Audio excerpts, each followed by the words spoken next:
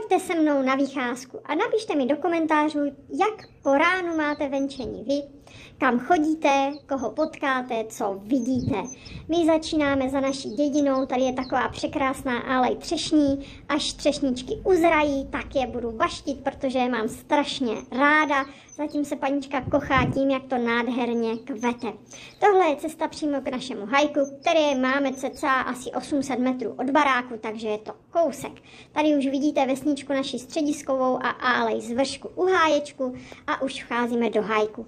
Ukážeme vám s paničkou nějaký bylinky, které u nás rostou, protože panička si je trhá každý ráno na čaj a začínáme česnáčkem, který krásně čistí krev a je dobrý na detox a chutná jako česnek jak jinak.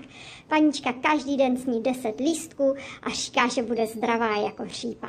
Tady už jsme pěkně ve středu hajku, tady je takový rovnější úsek a většinou tady trénují. Podívejte se, jak je tu překrásně. Tady vám ukážu, jak si umím sama najít vodu, tak já jsem strašně chytrá, protože vím, že když srůstají 2 stromy, takže se tam utvoří taková tůňka, z které se mohu napít. Panička se ráda kochá, takže se kocháme, tak se kochejte s námi, přátelé. To je pokocháníčko, co říkáte?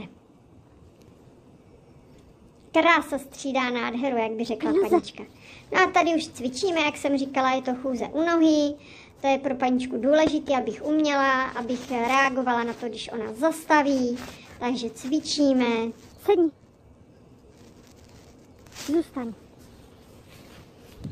Tak, tady máme odložení. Já nevím, proč to furt cvičíme dokola. Já bych to nezapomněla, ale paničce to dělá děsivou radost.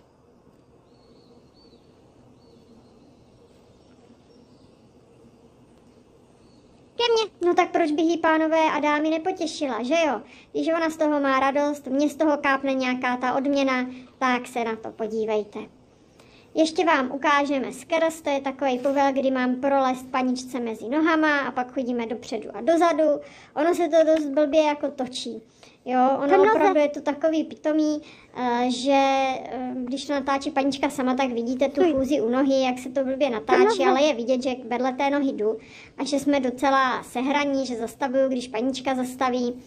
Cvičili jsme toho daleko víc, ale panička všecko nenatočila, takže ještě tady ukážeme to skrz. Prolezuji mezi nožkama.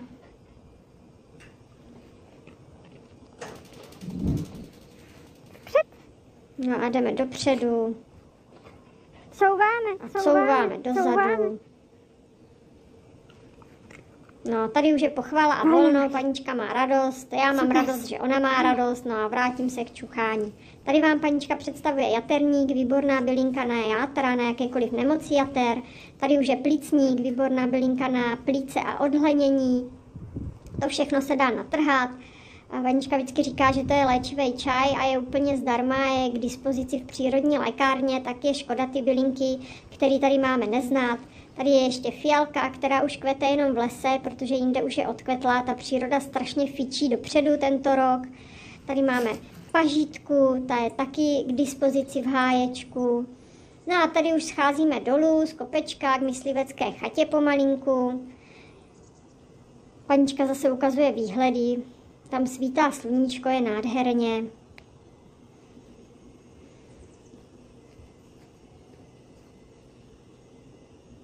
Rose, ke mně pojď.